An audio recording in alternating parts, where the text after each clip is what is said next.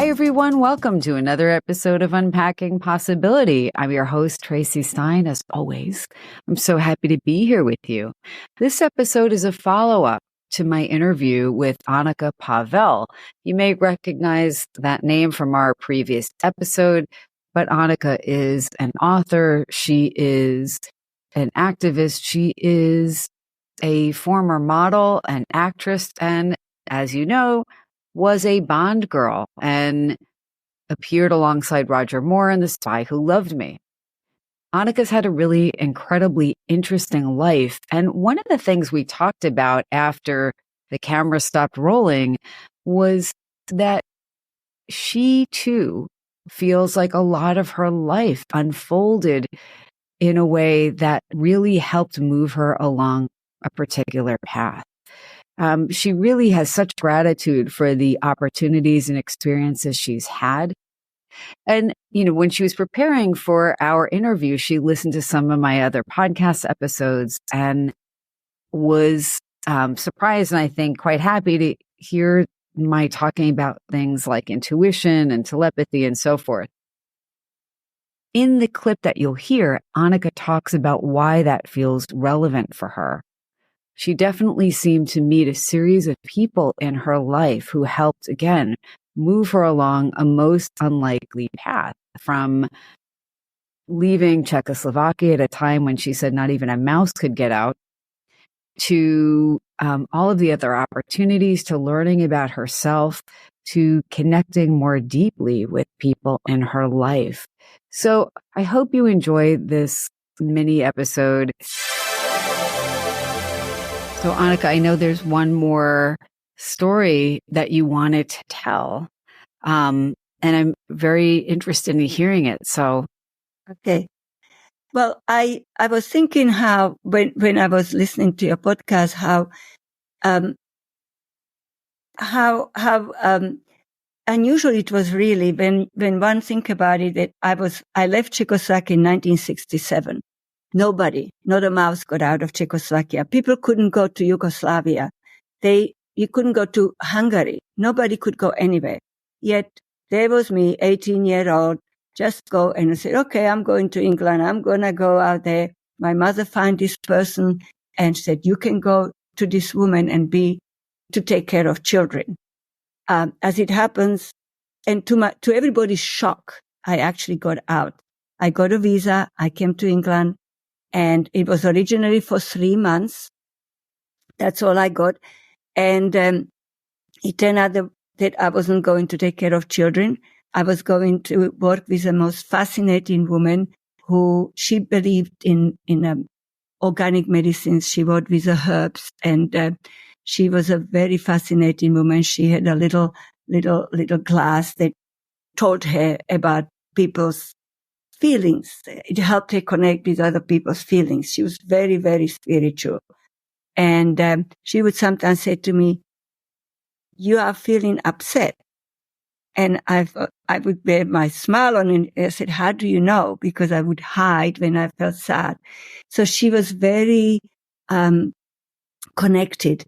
And so when I thought about it later, what were the odds that I came to somebody who was so spiritual and so very different?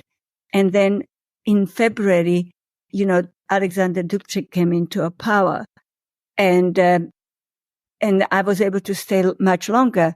So it's like calling it a destiny, but I thought it was something that was meant to happen, something beyond normality.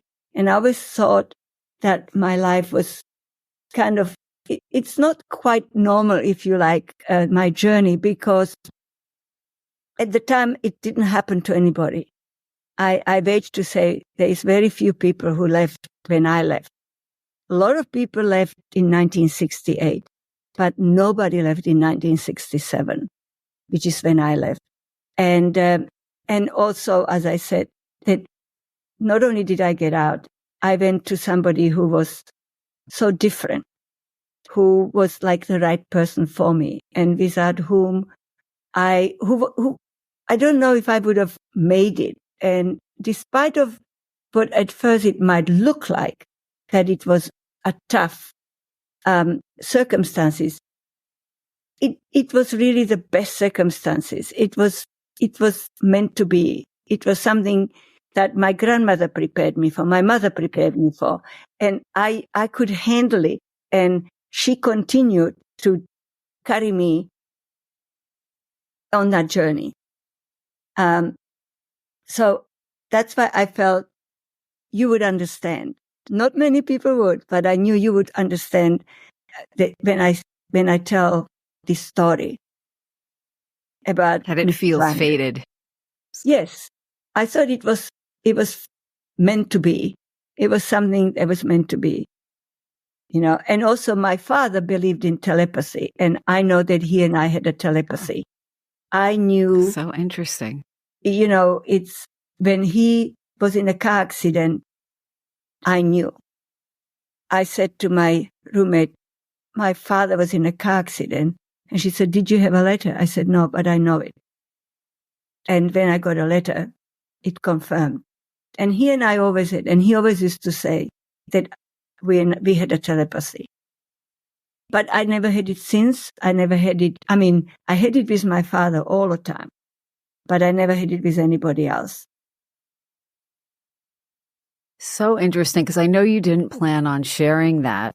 And I think, there are many reasons why it's interesting. Again, you're talking to somebody who is very open to that and more open than I have ever been about my own experiences.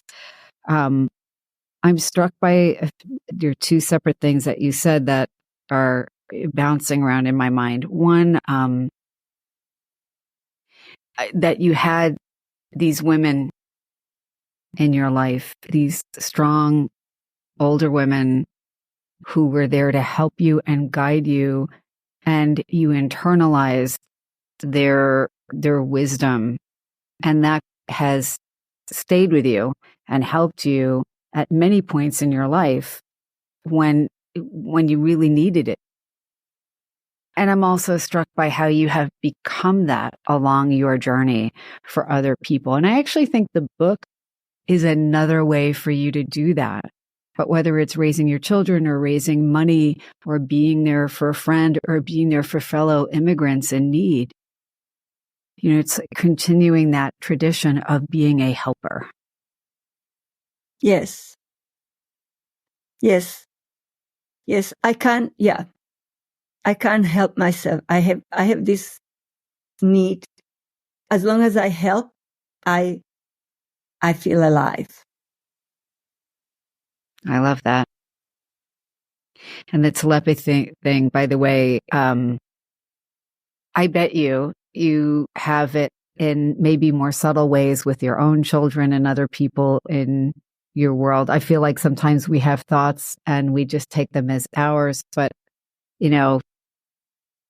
somebody is actually kind of communicating something on some other less obvious level. I'm not articulating that well, but I've had that experience myself. And what you're describing, knowing when somebody you love is ill, even though nobody is telling you this, especially then when there's no internet, there's no cell phones, that makes perfect sense. Yes, absolutely. I mean, it's not that I have a telepathy with my children, but I know when they are upset. I know what's going on without them telling me because, especially teenagers, they're not very good at sharing with mother. But I always knew when something was up. And even now, I know when something's up. I believe it. But that's just your motherhood. I don't know. I don't want to. Yeah. And honestly, and I've spoken about this before in other kind of forums, but, people who are emotionally empathetic, they have emotional empathy, they have a greater capacity for emotional empathy. I think they also have intuitive empathy. And, a lot of times I think people may not even be aware that, now it's the empathy even goes beyond what is right in front of you at the time. And I think people who listen to that empathy tend to go on and be really good people. I cannot tell you how much I enjoyed this. Yeah, likewise. I really enjoyed speaking with Anika. And if you get a chance, please do check out her book. It is available on Amazon, and I will put a link to her website in the show notes. But I really enjoy the privilege of getting to interview interesting people and bring their stories to you. So if you enjoy the episode, please, of course, as always, remember to like, share, and follow. It helps me to continue bringing great content to you, and let me know what else you'd like to learn and hear about. And until next time, of course, be well.